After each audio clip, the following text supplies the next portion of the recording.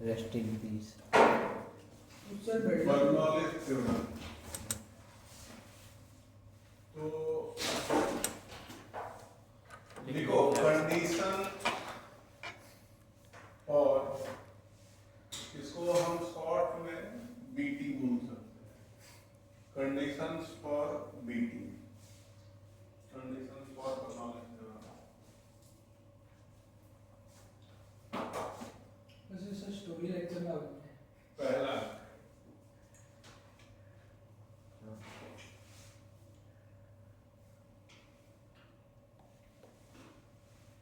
it is used for incompressible fluid. It is used for incompressible fluid. So, what do you mean by incompressible fluid? Density से बनाते हैं। Density constant. अभी जैसा कि हमने equation of continuity में discuss किया था तो बताया था ना, for incompressible fluid density constant.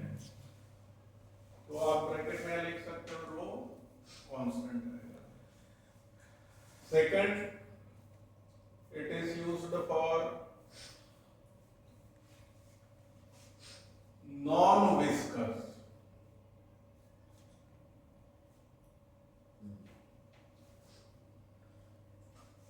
Non viscous liquid use करने के पीछे रीजन क्या है? जैसा कि मैंने अभी बताया कि बर्नौलीज थ्योरम जो होता है वो बेस्ड ऑन एनर्जी कंजर्वेशन।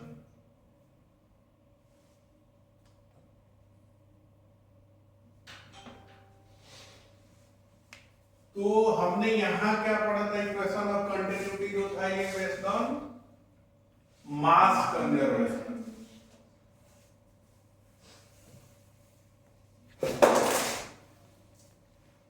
आपने यहाँ पे यही तो डिस्कस किया था कि अमाउंट ऑफ फ्लो कांस्टेंट है। यहाँ पे क्या होगा? एनर्जी कंजर्वेशन, वहाँ mass conservation. Amount of flow का मतलब क्या होगा? मास ही तो होगा ना। तो ये हम पढ़ते हैं मास कंजर्वेशन के लिए, ये हम पढ़ेंगे energy conservation. And third point is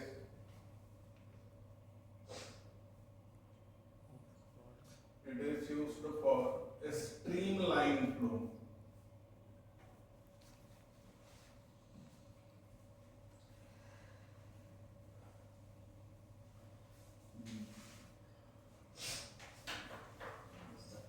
And now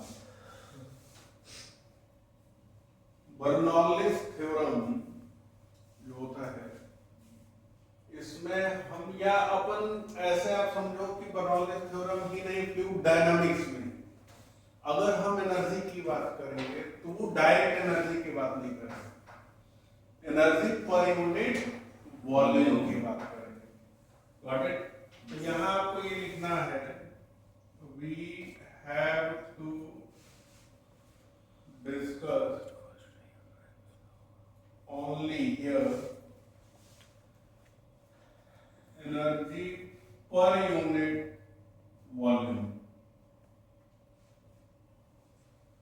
अब बताओ एनर्जी कितने टाइप के यहाँ हम पढ़ेंगे? मैकेनिक्स से, अगर मैकेनिक्स में कितने टाइप का एनर्जी आएगा? दो। मैकेनिक्स में तो दो आएगा, potential energy and kinetic energy. ऊपर से अपन पढ़ रहे हैं फ्लूइड, फ्लूइड में एक और एनर्जी आ जाता है, प्रेशर एनर्जी। ठीक। तो फर्स्ट ऑफ ऑल अपने को तो ये सीखना है कि सारे एनर्जी का पर यूनिट वॉल्यूम क्या होता है। एनर्जी आपको मालूम, जैसे पहला अभी लिखो potential energy per unit volume. तो पोटेंशियल एनर्जी क्या होता है उनके? Potential energy, normal potential energy जो आपने पढ़ा था क्या होता है? मतलब जितना ऊपर लेके जाएंगे एनर्जी बढ़ेगी, राइट? तो mgh ये हो गया पोटेंशियल एनर्जी। हमने क्या लिखा? Potential energy per unit volume. तो रो इनटू वॉल्यूम में चेंज करना है वॉल्यूम। अच्छा। And you know rho mass upon volume क्या होता है? डेंसिटी। डेंसिटी। तो अगर यहाँ इस चैप्टर में आपको पोटेंशियल एनर्जी का कहीं भी जिक्र मिले तो आप क्या समझोगे? रो जी एच। पहले जैसे आप एमजीएच लिखते थे, फ्लूइड में क्या लिखोगे? रो जी एच। फ्लूइड डायनामिक्स में रो जी एच। याद रहेगा? Yes sir.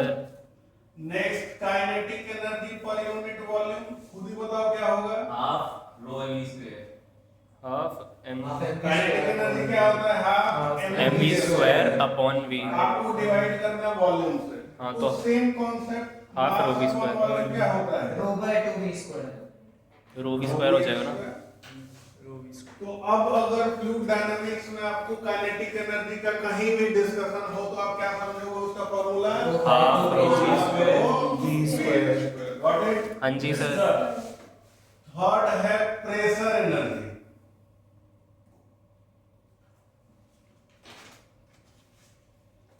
पर यूनिट वॉल्यूम। वॉल्यूम। तो प्रेशर एनर्जी आपने क्या पढ़ा था? P delta V। P हो गया प्रेशर। एनर्जी चाहिए तो क्या चाहिए? P delta V। आप जहां पर डेल्टा V क्या होता है? Change in volume. आपको डिवाइड करना है वॉल्यूम से। तो P डेल्टा V अपन डेल्टा V क्या हो जाएगा? P। तो अगर प्रेशर एनर्जी का डिस्कशन हो तो आप क्या समझोगे? प्रेशर एनर्जी आप क्या लिखोगे? Only pressure. याद रहेगा? Yes sir. Kinetic energy half rho we square, potential energy rho ji h and pressure energy per unit volume p only. Right? अब देखो, हमने बोला कि बर्नौलीज थ्योरम जो होता है वो एनर्जी कंजर्वेशन के लिए यूज होता है। Yes sir. एनर्जी कंजर्वेशन का मतलब क्या हुआ? Total energy is constant. तो टोटल एनर्जी कांस्टेंट का मतलब क्या हुआ? Total energy initial is equal to total energy final.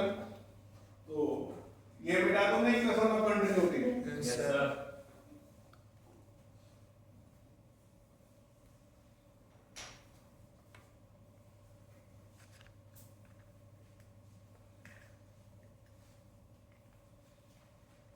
Fluid dynamics में अपन जो बर्नौलीज थ्योरम का एप्लीकेशन करेंगे इसके आगे, या इवन जो भी क्वेश्चन करेंगे, तो इसमें आपको ज्यादा कंफ्यूज होने की जरूरत नहीं है। इसमें बस दो ही कॉन्सेप्ट लगता है। आंख बंद करके आपको बस दो कॉन्सेप्ट लगाना। पहला क्या? इक्वेशन ऑफ कंटिन्यूएशन और दूसरा बर्नौलीज। कोई भी क्वेश्चन सॉल्व करो। बाकी चैप्टर में जैसे आपको कंफ्यूजन होता है कि कौन सा कॉन्सेप्ट लगा है, कौन सा फार्मूला लगा, बहुत सारे फार्मूले, बहुत सारे कॉन्सेप्ट है। यहाँ पे आपको कोई ऐसा दिक्कत नहीं है। सीधा दो ही कॉन्सेप्ट और वही दो कॉन्सेप्ट लगा के solve. Got it? Yes sir. तो अब देखो, अकॉर्डिंग टू बर्नौलीज थ्योरम हमने क्या बोला था? टोटल एनर्जी जो होगा कंजर्व रहेगा, मतलब कांस्टेंट। कांस्टेंट होने का मतलब क्या हो गया? Total energy initial is total energy final. Got it? अब टोटल एनर्जी में क्या क्या आएगा वेदांत? पोटेंशियल एनर्जी, काइनेटिक एनर्जी और प्रेशर। Pressure energy. ठीक है? और वो एनर्जी पर यूनिट वॉल्यूम। पर यूनिट वॉल्यूम हमने सबका ऑलरेडी फार्मूला निकाला रखा है। तो अपन इसको क्या बोलेंगे? प्रेशर एनर्जी के लिए P हो गया, काइनेटिक एनर्जी के लिए हाफ रो V स्क्वायर, और रो जी हाँ वही यूज करेंगे पर यूनिट वॉल्यूम वाला ही। यहाँ अब पोटेंशियल एनर्जी बोला ना कि kinetic energy, potential energy, pressure energy. अगर वो आपसे पूछे तो सीधा ये फॉर्मूला यूज करो, पर यूनिट वॉल्यूम। Got it? अब देखो, तो ये हो गया रो जी एच। ये कब का है? टोटल एनर्जी हो गया ना। इसको आप ऐसे करोगे कांस्टेंट लिख दो। प्रेशर तो कट ही जाएगा। तो इसका नहीं, जरूरी नहीं है, नहीं भी कर सकता है। वो अलग पॉइंट पे अगर आप ले रहे हो, रेफरेंस लाइन पे डिपेंड करना है। तो ये क्या हो जाएगा? प्रेशर आप इसको अगर कांस्टेंट है तो मतलब क्या लिख सकते हो? इनिशियल आप ऐसे मान लो P1 plus half rho 1 V1 square plus रो 1 GH1। हाँ वो अपन उसको कैंसिल आउट कर देंगे। अब इधर लिखोगे सेकंड पॉइंट जो भी आप कंसीडर करोगे उसके लिए हाफ रो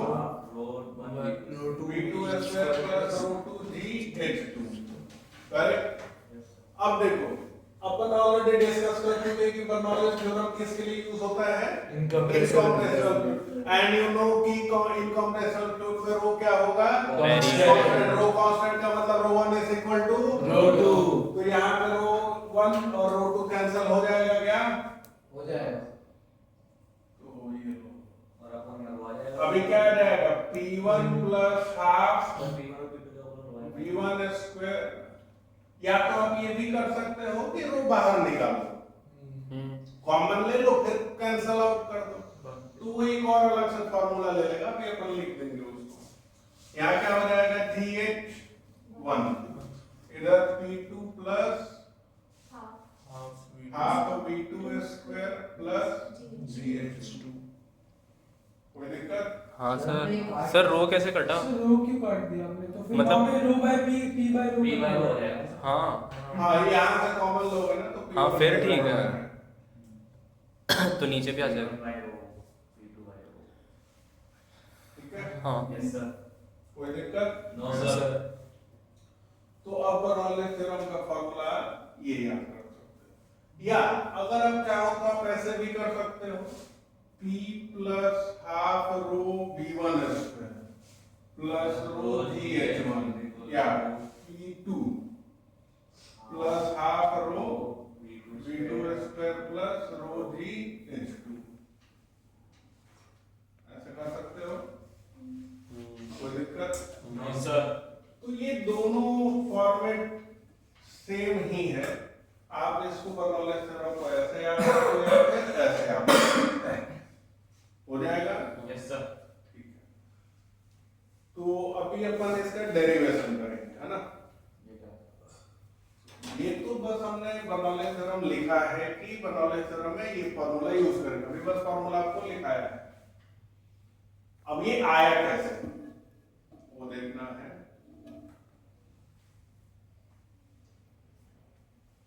तो यहाँ तक नोट करो, इधर वाला बेटा दो। Yes sir.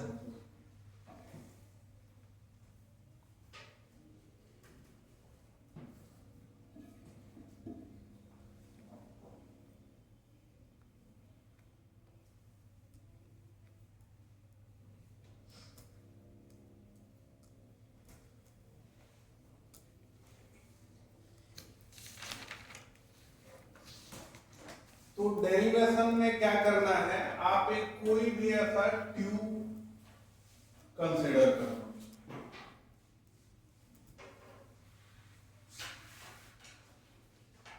कोई भी शेप में आप अपने मर्जी से ले सकते हो। ये एरिया ऑफ क्रॉस सेक्शन दोनों पॉइंट का डिफरेंट हो सकता है, ठीक है? एक रेफरेंस लाइन मान लो।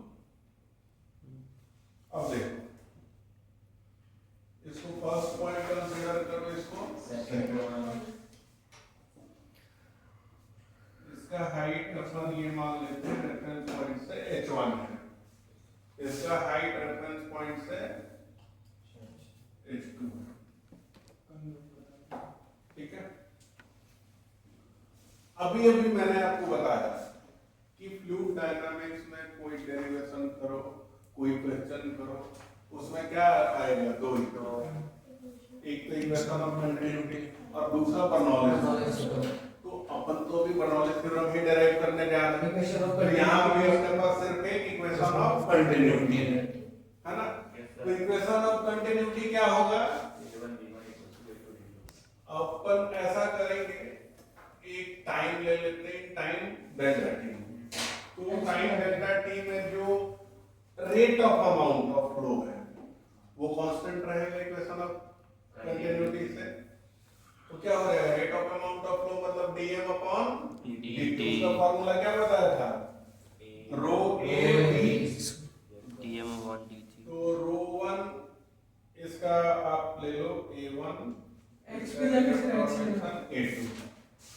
किसी टाइम टी पे जाके H। हाँ, कोई भी आप ले लो। ये तो h इसका हाइट दे रखा है, इस ट्यूब का ये वाले पॉइंट का फर्स्ट पॉइंट का हाइट h1 दिया, इस यहाँ पे h2 दिया, अलग अलग हाइट का कंसीडर करो, तभी तो ये 1 2 इनिशियल फाइनल निकालो। सेम हाइट रहेगा तो क्या हो जाएगा, पोटेंशियल एनर्जी सेम होगा, एक चीज गायब हो जाएगा। अभी तो अपन डेरिवेशन कर रहे हैं ना, तो देखो dm/dt क्या हो जाएगा, ρ1 a1 v1 डेल्टा t तो इधर ही अपन लाइन में यही ऐसे लिखो ρ2 a2 v2, है ना। आप इसको डेल्टा भी लिख सकते हो, बड़े चेंज की हम बात कर रहे हैं, डेल्टा t टाइम के लिए, स्मॉल टाइम के लिए बात करते हैं तो डी यूज करते हैं। अब देखो डेल्टा t आप इधर भेज सकते हो तो डेल्टा m क्या हो गया, ρ1 a1 v1 delta t is equal to ρ2 a2 v2 delta t। Delta t। Kushal यहाँ हम अभी बर्नौलीज थ्योरम डेराइव कर रहे हैं, इसमें अपन अब क्या यूज कर सकते हैं, आपको मालूम work energy theorem, work energy power chapter में पढ़ा था, क्या था work energy theorem, kinetic energy final plus kinetic energy initial, total change in kinetic energy, work done by all forces, जिसमें अपन conservative force, non conservative force and pseudo force तीनों लेते हैं और उसको किसके इक्वल करते हैं, चेंज इन काइनेटिक एनर्जी। तो आप बताओ यहाँ पे कौन कौन से फोर्स दिख रहे हैं, एक तो आप ग्रेविटेशनल ले सकते हो और दूसरा प्रेशर, और कोई फोर्स दिख रहा है क्या, क्या सर, और कोई फोर्स, अच्छा नहीं फोर्स तो नहीं दिखा, एक तो अपना ग्रेविटेशनल फोर्स और दूसरा प्रेशर फोर्स। तो देखो work done by gravitational force, दूसरा work done by pressure force, इसको अपन करेंगे delta change in kinetic energy के इक्वल। तो ग्रेविटेशनल फोर्स क्या हो जाएगा, यहाँ पे और वहां पे क्या होगा, अपन सीधे कि कितना डिस्प्लेस हुआ है, h2 माइनस h1, है ना। अब इसमें देखो ग्रेविटेशनल फोर्स तो लग रहा है नीचे की तरफ, लिक्विड जा रही है ऊपर की तरफ, तो वर्क डन क्या आएगा, नेगेटिव। तो आप कैसे लिखोगे इसको, mg, ये हमने किसके लिए लिखा, फोर्स के, कितना डिस्प्लेस हुआ है, h2 माइनस h1, कोई दिक्कत, तो h2 माइनस h1 के लिए हमने लिखा, यहाँ तक में कोई डाउट। अब देखो प्रेशर, तो प्रेशर का कैसे निकालोगे, प्रेशर फोर्स क्या होता है, P into A, pressure into area is pressure force. तो वो कैसे निकालोगे, यहाँ पे अपन देखो V1 से गया यहाँ मान लो V2 से, तो डेल्टा t टाइम पे कितना डिस्प्लेस होगा, VT, हाँ डिस्टेंस फार्मूला VT, तो क्या हो जाएगा, इसका निकालो P1 A1 और कितना आ जाएगा डिस्प्लेसमेंट, V1 डेल्टा t, ये है प्रेशर इनटू फोर्स, ये है अपन वर्क डन निकाल रहे हैं, वर्क डन निकाल रहे हैं, तो वर्क डन में क्या होता है, फोर्स इनटू डिस्प्लेसमेंट। तो ये कितना डिस्प्लेस होगा, V1 स्पीड से जा रहा है, टाइम है आपके पास डेल्टा t, तो क्या जाएगा V1 डेल्टा t। ओके, अब देखो अगर यहाँ का प्रेशर आप पॉजिटिव ले रहे हो तो यहाँ वाला नेगेटिव आएगा ऑब्वियसली, इसमें एंटर हो रहा है, इसमें एग्जिट हो रहा है ना। इसमें तो एक्सेलरेशन है, तो v1 डेल्टा t के लिए हमने एक्सेलरेशन कहा, तो v1 और v2 अगर चेंज हो अब डेल्टा t छोटा सा टाइम के लिए ले रहे हैं, तो कितना हो जाएगा इसका डिस्प्लेसमेंट, V1 डेल्टा t, छोटा सा, हम तो पूरा ले रहे हैं ना वहां से, कांस्टेंट लेना है, वो छोटा टाइम के लिए जब आप ले रहे हो, नहीं अलग अलग पॉइंट के लिए हम वर्क डन तो हम वहां से वहां तक के लिए ले रहे हैं, हाँ। तो टाइम भी वहां से वहां तक की होगा, और फिर तो अभी आप इस पॉइंट में लिख रहे हो, अभी आप इस पॉइंट का लिख रहे हो, फिर इस पॉइंट में लिखोगे, प्रेशर फोर्स अलग अलग होगा कि नहीं होगा। यहाँ पे आपका क्या है, प्रेशर P1 मान लिया हमने, वहां पे P2 है, अलग अलग प्रेशर है, तो क्या हो जाएगा, तो उधर dt लिखेंगे, मतलब हाँ ठीक है, ओके। तो ये क्या हो जाएगा, P2 A2 V2 delta t। कोई डाउट यहाँ तक में। अब देखो चेंज इन काइनेटिक एनर्जी का मतलब, हाँ, मतलब ये जो हमने टर्म लिखा ये इसके लिए लिखा, ये जो टर्म लिखा वो इसके इसके लिए लिखा। V2 minus V तो ये क्या हो जाएगा, power square final kinetic energy वहां वाला हाफ, हाफ रो अभी तो बताया था पर यूनिट वॉल्यूम, यूनिट वॉल्यूम तो क्या हो जाएगा हाफ रो 1 V2 स्क्वायर, पहले वहां का लिखो। वो तो कांस्टेंट ही है मतलब हाँ वो बाद में कैंसिल आउट कर देंगे, अभी आप ऐसे जनरल फार्मूला की तरह भी हम लिख रहे हैं ना, बाद में हम बर्नौली थ्योरम वाला कॉन्सेप्ट सॉल्व करेंगे, जो जो कंडीशन आपको लिखा है तो कंडीशन बाद में अप्लाई करो, अभी जनरल के लिए लिख रहे हैं। तो क्या होगा रो 1 V1 स्क्वायर, कोई डाउट? नो सर तो अब आगे आप इसको कैलकुलेट कर सकते हो, अब तो बस सिंपल मैथमेटिकल कैलकुलेशन है और ये ऐसा आ जाएगा। क्या दिख रहा है, जो आप मुझे दिख रहा है आपको भी दिख रहा है? हाँ, सर। यहाँ से कॉमन लोगे। हाँ। आप एक काम करो, सबसे पहले क्या करो, 1 वाले को एक तरफ लाओ, 2 वाले को एक तरफ ले जाओ। तो 1 वाला क्या होगा यहाँ पे बताओ, ये माइनस माइनस प्लस होगा क्या? यस सर तो mg H1 माइनस है ना, प्लस और 1 वाला ये बच गया Minus. यहाँ पे P1, A1 V1 delta t, ये 1 वाला इधर आएगा प्लस होगा क्या? यस सर बोलो कोई दिक्कत? नो सर डायग्राम मिटा दूं? हाँ जी यस सर डायग्राम आप एक काम करो, डायग्राम पहले बना दो, ऑनली डायग्राम ड्रॉ करो फास्ट। यहाँ पे कर ही देते हैं पूरा डायग्राम फिर सब पूरा मिटा के इसको ही